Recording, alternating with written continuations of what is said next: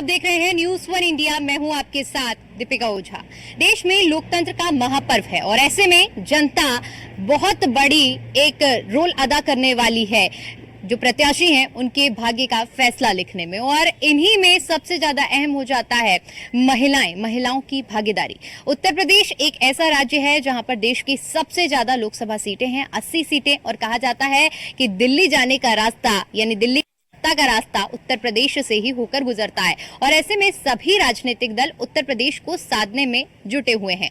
और क्योंकि देखिए इस बार की जो नई सूची जारी की गई है उसमें ये जानकारी भी सामने आई है कि जो महिला मतदाताओं की जो संख्या है, इस बार जो मतदान करने वाली हैं वो 725 करोड़ बताई जा रही है। और ऐसे में समझिए कि जब इतनी बड़ी संख्या में महिला मतदाता मतदान करने जाएंगी तो ये आधी आबादी कितना बड़ा फैसला करने वाली है, ये इन्हीं के हाथ में है। और इनके क्या कुछ मुद्दे रहने वाले हैं, इसी को जानने के लिए हम कौशाम्बी लोकसभा क्षेत्र में इस वक्त मौजूद हैं। यहाँ पर हमारे साथ तमाम महिलाएं मौजूद हैं जो कि आज अपने मुद्दों पर बात करने वाली हैं, उस पर चर्चा करने वाली हैं कि आखिर इस बार उन्होंने क्या मन बनाया है और किसको किन मुद्दों को आधार रखकर ये मतदान करने वाली हैं। तो चलिए शुरुआत करते हैं और समझते हैं कि इन लोगों ने क्या कुछ मन बनाया है। क्योंकि देखिए लोकसभा चुनाव का आगाज हो चुका है और कई जगहों पर मतदान हो चुके हैं। ऐसे में अब आप लोगों के लोकसभा क्षेत्र में जल्द ही मतदान होने वाले हैं। मन तो आप लोगों ने बना लिया होगा कि किस प्रत्याशी को वोट देना है, किस पार्टी को जिताना है। मेरा मानना है कि चूंकि लोकसभा का चुनाव है तो राष्ट्र हित सर्वोपरि होना चाहिए इस समय, क्योंकि ये देश का चुनाव है और राष्ट्र मजबूत होगा तो हम स्वयं से मजबूत हो जाएंगे। और चाणक्य ने कहा भी था कि अगर राष्ट्र का किनारा मतलब बॉर्डर मजबूत रहेगा तो देश अपने आप मजबूत हो जाएगा। और मोदी जी ने सबसे पहला काम यही किया है कि वो जितने भी बॉर्डर का एरिया है हमारा उसको मजबूत करने की कोशिश की है। स्वाभाविक है, जब हम अपने देश में सुरक्षित रहेंगे तो बाकी सुरक्षा स्वयं अपने आप हमारे पास चली आएगी। मेरा पहला मुद्दा यही है कि मैं अगर राष्ट्र सुरक्षित है तो हर कोई सुरक्षित है। आपने क्या मन बनाया है? जैसे कि अभी जिक्र कर रही थी कि उनका जो मुद्दा है वो राष्ट्र हित को देखते हुए है। आप किन मुद्दों को आधार रखते हुए मतदान करने जाएंगे? मैं मोदी जी के सपोर्ट में बोलती हूँ कि मोदी जी ने हमारे देश के लिए बहुत कुछ किया है, बहुत चेंज भी लाए हैं, चाहे वो महिलाओं के लिए हो, चाहे वो बच्चों के लिए हो, सबके लिए। और सबसे बड़ी चीज़ कि उन्होंने अयोध्या में राम मंदिर बना के एक बहुत बड़ा वो किया है, अचीवमेंट है I think. So I will only vote for him, that's it. यानी आप मानती हैं कि इस बार के चुनाव में राम मंदिर एक बड़ा जो वोट बैंक का जरिया बनने वाला बीजेपी के लिए? बिल्कुल, मेरा ये मानना है। लोग वोट बैंक का जरिया मानते हैं, लेकिन अगर आप मैं गई हूँ अयोध्या और मुझे एक अच्छी चीज़ मिली कि मैंने वहाँ पे जितने भी दुकानदार या कॉमन जितने लोग थे, मैंने उनसे जब बात की तो वो आर्थिक मजबूती भी उतनी ही ज़्यादा तेज़ी से दे रहा है। हम 2 बजे रात को भी उठ के गए तो वो अयोध्या जगी हुई थी। ये जितने भी कॉरिडोर बन रहे हैं वो ज़रूरी नहीं है कि आज की जिस तरह की जनरेशन हमारी इतनी तेज़ी से बढ़ रही है तो हर किसी को गवर्नमेंट सेक्टर में नौकरी मिले या कुछ हो। बिजनेस जो है आपका एक बहुत अच्छा रास्ता बन सकता है। और मैंने अयोध्या ही नहीं, जितनी जगह कॉरिडोर बना है वहाँ जाके देखा है कि वो शहर जगता है, जिंदा रहता है। और उन्हें वही स्वरोजगार की कल्पना जो की गई है वो वही थी। और मुझे वास्तव में ये अच्छा लगा। लोग ये सोचते हैं कि अयोध्या बनाना राम मंदिर का मुद्दा है। नहीं, आप राम मंदिर के मुद्दे को सोच सकते हैं, लेकिन अगर आर्थिक दृष्टि से देखा जाए तो बहुत ही अच्छा ये रास्ता है। आप देखिए वहाँ पे छोटे छोटे वेंडर्स, वो भी उतने ही, पहले तो था कि एक फिक्स था टाइम कि सुबह हमने 10-11 बजे अपनी शॉप लगाई और रात को 8-9 बजते वो शॉप बंद हो गई। लेकिन नहीं, वही छोटे वेंडर्स सुबह अपनी लगा रहे हैं शॉप, रात के 2-3 बजे तक बहुत आराम से चला रहे हैं। तो ये हमें लगता है कि आर्थिक सपोर्ट भारत के लिए बहुत अच्छा है। जब कोई इस तरह का निर्माण होता है उससे पूरे क्षेत्र का विकास होता है। आपने इस बार क्या मन बनाया और क्या लग रहा है कि कौशाम्बी की जनता और यहाँ किस ओर हवा बह रही है? मैं तो डेफिनेटली 100% सेटिस्फाइड हूँ बीजेपी गवर्नमेंट से, क्योंकि इनके बहुत सारे प्लान्स है, like ration, free ration. Corona काल में जिस तरीके से इन्होंने वर्क किया, it was just commendable. And through out journey देखी जाए तो थोड़े बहुत अप्स एंड डाउन्स है, बट ओवरऑल अभी अयोध्या राम मंदिर बनाया था तो इसमें बहुत सारे लोगों को रोजगार मिला, that is a good thing. And बहुत सारी पॉजिटिव चीज़ें हुई हैं, इकोनॉमिक, फाइनेंशियल, बजट वगैरह जो इनके आ रहे हैं पहले से काफ़ी इम्प्रूवमेंट हो रही है। सो इन सबको देखते हुए I will definitely definitely go with Modi ji and BJP. आपने क्या मन बनाया है? क्या आप भी अपने साथियों की तरह बीजेपी ही को ही सपोर्ट करने वाली हैं या कुछ अलग आपकी मंशा है? मेरा भी यही है कि मैं बीजेपी को वोट करूंगी, क्योंकि आज के समय में क्या है कि पहले क्या था कि हमारे देश को इतना अदर्स कंट्रीज़ में इतना वो नहीं दिया जाता था। आज के टाइम पे मोदी जी और माननीय योगी जी के उससे हमारे उत्तर प्रदेश को आज 1 डिस्ट्रिक्ट 1 प्रोडक्ट में नंबर 1 चल रहा है, और अंतर्राष्ट्रीय स्तर पे हमारा इंडिया जो है हर हर हर हर कंट्री में आज इंडिया का नाम चल रहा है। और रही बात एजुकेशन की, तो एजुकेशन में थोड़ी बहुत प्रॉब्लम्स आ रही हैं, जैसे कि 1 डे एग्ज़ाम्स में बच्चों को पेपर लीक वगैरह, तो ये सारी चीज़ें धीरे धीरे सही हो जाएंगी। तो लेकिन क्या आपको ये नहीं लगता है कि पेपर लीक जैसे के मुद्दे युवाओं का जो वोट बैंक है वो, क्योंकि आप बीजेपी को सपोर्ट करने वाली हैं, है ना, तो कहीं ना कहीं क्या ये इसको चोट पहुंचा सकता है या नहीं? कहीं ना कहीं इसका असर पड़ेगा। लेकिन अगर कोई चीज़ें, मैं तो यही कहूँगी युवाओं से कि अगर कोई चीज़ हमेशा के लिए अगर अच्छी करनी होती है तो थोड़ा सा शुरुआत में प्रॉब्लम्स होती हैं। और अभी क्योंकि हम लोगों का ये शुरुआती है, माननीय योगी जी का यही मानना है कि इसको हम जड़ से जो है दूर करें, तो उसके लिए कार्य भी करना है। और अभी शुरुआती तौर है तो उसमें थोड़ा सा प्रॉब्लम्स होंगी हम लोग के लिए। देखिए, ये महिलाओं के मन की बात है। हालांकि एक चीज और मैं यहाँ पर जोड़ना चाहूंगी कि ये आप सब लोग अपनी मर्जी से अपनी राय रख रहे हैं, और यहाँ पर किसी भी तरह की कोई इन्हें जोर जबरदस्ती या अपने विचार रखने के लिए दबाव नहीं दिया गया है। आपने क्या मन बनाया है? मैंने यही देखा है कि ये प्राइम मिनिस्टर जब से ये बने हुए, कि इंदिरा गांधी जी के बाद ये मेरे हिसाब से ये दूसरे ऐसे हैं प्राइम मिनिस्टर जिन्होंने बहुत अच्छा किया है। मतलब कि जैसे लाइक जम्मू कश्मीर का मुद्दा, और इधर राम मंदिर का मुद्दा मैम देख लीजिए, और एजुकेशन के फील्ड में बहुत ज़्यादा ट्रांसपेरेंसी मैंने देखी। जैसे, क्योंकि आप एक अध्यापिका भी हैं और एजुकेशन के फील्ड में आपने कहा कि बदलाव किए हैं इस सरकार ने, कुछ बदलाव आप गिनवा सकती हैं? जैसे कि नकलविहीन परीक्षाएं देखी जाए, और बहुत सारी एजुकेशन में मैंने देखा कि करिकुलम वगैरह को जो चेंज देखा है, ये सारी चीज़ें, तो मैं इन्हीं को सपोर्ट करना चाहूँगी मैं। ठीक है, आपने क्या मन बनाया इस बार के चुनाव में? मेरा वोट डेफिनेटली मोदी जी को जाएगा, क्योंकि सामाजिक आर्थिक स्तर पे तो मोदी जी ने बहुत अच्छा किया है, शैक्षिक क्षेत्र में भी उसी तरीके से अंतर्राष्ट्रीय स्तर पे भी भारत को जो पहचान दिलानी चाहिए वो हमारे मोदी जी ने ही किया है। चाहे विभिन्न तरीके के सम्मेलन जो हुए हैं उसमें भी मोदी जी ने ही भारत को एक नवीन पहचान दिलाई हुई है। जरा आप कुछ अपने पहले मन की बात आप बताइए, और उसके बाद बताइए कि जिसको आप सपोर्ट कर रहे हैं उनकी ओर से क्या कुछ काम किए गए हैं, क्या बदलाव किए? मोदी जी के लिए ही चाहूँ, क्योंकि उनके आने पे महिलाएं बहुत ही सुरक्षित हो गई, और शिक्षा का भी स्तर बहुत ही अच्छा हो गया है। महिलाओं की सुरक्षा की आपने बात की है, कुछ ऐसे काम गिनवा सकते हैं कि ऐसा क्या बदलाव किया गया है जिससे आज आप जैसे कि महिलाएं अपने आप को सुरक्षित मान रही कुछ हैं? ऐसा एक्ट सर मोदी जी ने बनाया है कि उससे आज हम लोग बहुत सुरक्षित अपने हक के लिए लड़ सकते हैं। कोई भी चीज़ है उसको घर बैठे हम लोग अपलोड कर सकते हैं, कहीं भी जा सकते हैं, ट्रेन में बस में सफ़र कर सकते हैं, और बिल्कुल बहुत ही सुरक्षित तरीके से। लेकिन विपक्ष तो आरोप लगाता है। मैम, विपक्ष तो आरोप लगाएगा, कोई भी विपक्ष होगा तो वो सहमति थोड़ी देगा, वो तो आरोप लगाएगा ही। लेकिन हम लोग तो मोदी के लिए यही सपोर्टेड हैं, क्योंकि मोदी के आने से हम लेडीजों के लिए बहुत ही अच्छा सपोर्ट मिला है, हम लोग बहुत ही सुरक्षित हो चुके। अच्छा, महिलाओं की सुरक्षा की आप बात कर रहे हैं, तो क्या आप कितने बजे तक घर से बाहर निकल लेती हैं आसानी से? आपको कोई दिक्कत परेशानी नहीं? देखिए, पहले क्या था, बहुत ही करप्शन था, करप्शन आप भी है, क्योंकि हम लोग करप्शन को हटा नहीं सकते, किसी के मन को बदल नहीं सकते, लेकिन कहीं भी हम लोग जा सकते हैं, आ सकते हैं। 10-90, 11-90 जो भी कुछ चलाया गया है, उन सब चीज़ों से महिलाओं के अंदर एक जोश रहता है कि वो तो सपा सरकार वाले भी दावा करते हैं कि हमने हमारे समय पर भी चलाया गया था, महिलाओं को सुरक्षित वातावरण देने का प्रयास। पहले में मैम और अब में बहुत ही अंतर है। देखा जाए तो अब जो भी सुरक्षा हुआ है योगी जी के आने पे और मोदी जी के आने में, तो अब महिलाएं बहुत ही सुरक्षित हैं।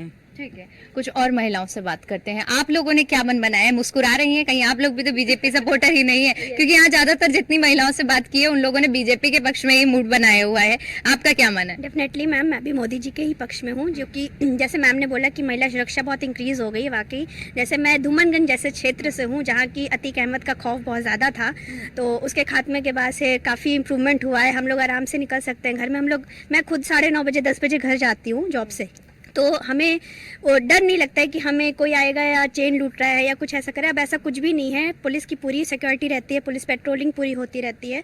तो जो मैं मोदी जी से इस चीज़ में बहुत ज़्यादा समर्थ में हूँ। और बाकी जैसे यूक्रेन में हमला हुआ था तो वहाँ से जो हमारे बच्चे आए थे वो इंडियन नेशनल फ्लैग के दम पे आए थे, उनको और किसी चीज़ की ज़रूरत नहीं पड़ी थी। इवन हमारे अपोजिशन जो देश हैं पाकिस्तान जैसे, वहाँ के बच्चे हमारे फ्लैग लेके, इंडिया के फ्लैग की वजह से ही वहाँ से छूट पाए थे। तो इसलिए मैं मोदी जी के सपोर्ट में हूँ, क्योंकि उन्होंने हमारे जो भारत का नाम है वो हर जगह ऑल ओवर वर्ल्ड पूरा इंक्रीज़ किया है। तो उससे मैं आपने बहुत अच्छा मुद्दा दिया कि आप जिस क्षेत्र से आती हैं वहाँ पर बहुत ज्यादा खौफ रहा है। तो अगर बीते 10 सालों की बात करें, आपने बदलाव देखा होगा, क्या असल में बदलाव हुआ है जमीनी स्तर पर? पहले की दिशा दशा क्या थी और आज की स्थिति क्या है? मैम मैं यहाँ पे मतलब 2013 में शिफ्ट हुई हूँ। मैम पहले ये हाल था कि सिर्फ बगीचे थे, बगिया थी, और वहाँ पे लूट मार चोरी बहुत ज़्यादा होती थी, घरों में भी बहुत ज़्यादा चोरी होती थी। पर अभी कंडीशन ये है कि पहली बात तो बहुत ज़्यादा डेवलपमेंट हो गया है मैम, सिटीज़, रोड्स, सब कुछ का ऑल ओवर देखा जाए तो इलाहाबाद में बहुत ज़्यादा डेवलपमेंट हुआ है, जिसकी वजह से सारी चीज़ें जितनी हैं बहुत इम्प्रूव हुई हैं मैम। तो इस वजह से मैं मोदी जी के सपोर्ट। अच्छा, क्योंकि देखिए इस बार का जो चुनाव है वो बीजेपी कह रही है कि माफिया रहित चुनाव है, कोई भी माफिया मैदान में नहीं है, क्योंकि आप तो उस क्षेत्र से रही हैं। पहले क्या कुछ दबाव रहता था कि मतदान करने के लिए दबाव बनाया जाता था, और आज के तब के मतदान में और आज के मतदान में कितना अंतर है? मैम श्योरली, जैसे कि मैं उधर इलाका है हमारा, भोला का पुरवा पड़ता है, रमन का पुरा पड़ता है, तो वहाँ पे क्या रहता था कि जितने माफिया हैं उनका दबाव की वजह से जो हमारे चुनावी लोग, मतलब जो हमारे जनता है वो या तो वोट देने नहीं जाती थी या तो देती थी, तो उन्हीं के दबाव में जिनको वो चाहते थे उन्हीं को वोट दिए जाते थे। पर ये सब जो हट गए हैं सारे, हमारे क्रिमिनल्स का एक जो सफाया हुआ है उसकी वजह से जनता अपने मन से, अपनी स्वेच्छा से, अपने सहमति से वोट देती है। तो इस चीज़ में बहुत अच्छी चीज़ है। आपने क्या बनाया है? बहुत मुस्कुरा रही हैं आप सभी लोग, मुझे लगता है सब लोग आपस में डिस्कस कर रहे हैं कि कैमरे में क्या बोलना है। ऐसा कुछ भी नहीं है मैम, क्योंकि हम सब मोदी सपोर्टर्स ही हैं। अच्छा, कि हम मतलब हमारे आने से पहले आप लोगों ने चर्चा कर रही थी कि मोदी जी के सपोर्ट में बोलना है। अच्छा, किसी को कैमरे में एक बार जरा बताइए, किसी को जोर जबरदस्ती करके तो नहीं बोला है कि आपको मोदी जी को सपोर्ट करना है? अपनी राय है, सब ठीक है। अपना अपना मत दे रहे हैं, यहाँ पे अपना अपना व्यूज दे रहे हैं। लेकिन ये बात तो सही है, क्योंकि मैं भी जिस एरिया से आती हूँ कि मेरे घर के मैं करेली पड़ जाता है, तो जब भी कुछ ऐसे कुछ मिस हैपनिंग होती थी एरियाज में, तो वहाँ के लोग, मतलब कि जो हमारे नॉन हिंदूस हैं, तो वो आके पत्थरबाजी वगैरह ये सब किया करते थे। लेकिन जब से ये मोदी सरकार आई है, तो जब से सब पूरा चेंज ही हो चुका है, तो बहुत शांत रहने लगे। अब वो लोग उस तरीके से पत्थरबाजी वगैरह कभी आके नहीं करते। जैसे अभी जम्मू में जिस तरह के पत्थरबाजी लोग वहाँ किया करते थे, तो उसी तरीके से वहाँ पे हमारे एरिया में भी लोग करते थे, आके हमारे घर के आसपास पत्थर फेंकते थे। तो CA NSS ये सब जो हुआ था उस सब के बारे में भी बोलते, जबकि उनको पता नहीं है उसके बारे में, लेकिन फिर भी वो उस तरीके से मुद्दा उठा के लड़ते थे, उस तरह की बातें किया करते थे। कब तक होता था ये सब? ये स्टार्टिंग में तो मतलब कि रात को ही होता था मैम। नहीं, किस सन की बात कर रहे हैं मैं आप? अभी की बात कर रही हूँ, लगभग 2022-24 की बात कर रही 22 की बात कर रही अच्छा, हूँ। 22 की बात, ठीक है। कि इस तरीके से भी स्टार्ट हुआ, CA जब स्टार्ट हुआ था, लागू हुआ था, तब की मैं आपको बात बता ठीक है, रही तो हूँ। आप 2020 के दौर की बात कर रही हैं। जी, लेकिन अब ऐसा कुछ भी नहीं होता, बहुत सब शांत एरिया हो चुका है। और हाँ, हम लोग आराम से फ्रीली निकल भी सकते हैं। अब ऐसा कुछ नहीं, कोई छेड़छाड़ समथिंग ऐसा कुछ भी नहीं होता। और अगर हम बात करें मोदी सरकार की और क्या, क्योंकि हम सब लाभार्थी, हमारे घर में भी जन औषधि के लिए बहुत ज़्यादा हम सब उनकी दवाई वहाँ से यूज़ करते हैं, क्योंकि बाहर की दवाइयाँ बहुत महंगी हैं। लेकिन जब से जन औषधि हम लोग यूज़ जाने लगे हैं, तो वहाँ से दवाइयाँ, कुछ कि हमारे घर में जो पेशेंट्स हैं वो कैंसर के पेशेंट्स हैं, लेकिन हम लोग वहाँ पे जाते दवाइयाँ बहुत ईजिली मिल जाती हैं और जो रीजनेबल प्राइस में मिल जाती है। लगभग कितना अंतर आता होगा जन औषधि केंद्र से खरीदने में और एक प्राइवेट मेडिकल सेंटर में खरीदने में? दोनों दवाई में कितना अंतर? प्राइवेट में लेते तो मैम 10,000 से अबव चला जाता था। एटलीस्ट हम लोग 5 के अंदर तो ले लेते हैं। एक महीने के भी अगर हम लेते हैं तो 5 या 3 तक में आ जाती है। तो इसमें हम लोग को बहुत ज़्यादा, हम लोग को सही है ये। तो हमारी पूरी फैमिली इस चीज़ के लिए काफ़ी थैंकफुल है कि मोदी सरकार की ये उन्होंने जन औषधि यहाँ पे ऐसा करवाया। ठीक है, आप अगर, क्योंकि योजनाओं की अगर हम बात करते हैं तो धरातल पर जो सरकार की ओर से, क्योंकि देखिए सरकार कोई भी योजनाएं तमाम चलाई जाती हैं, लेकिन जरूरी होता है कि जमीनी स्तर पर जनता को उसका कितना लाभ मिल रहा है। क्या आप लोगों को मोदी सरकार की ओर से चलाई गई किसी भी योजना का लाभ मिला है? Firstly, thank you, Indian News.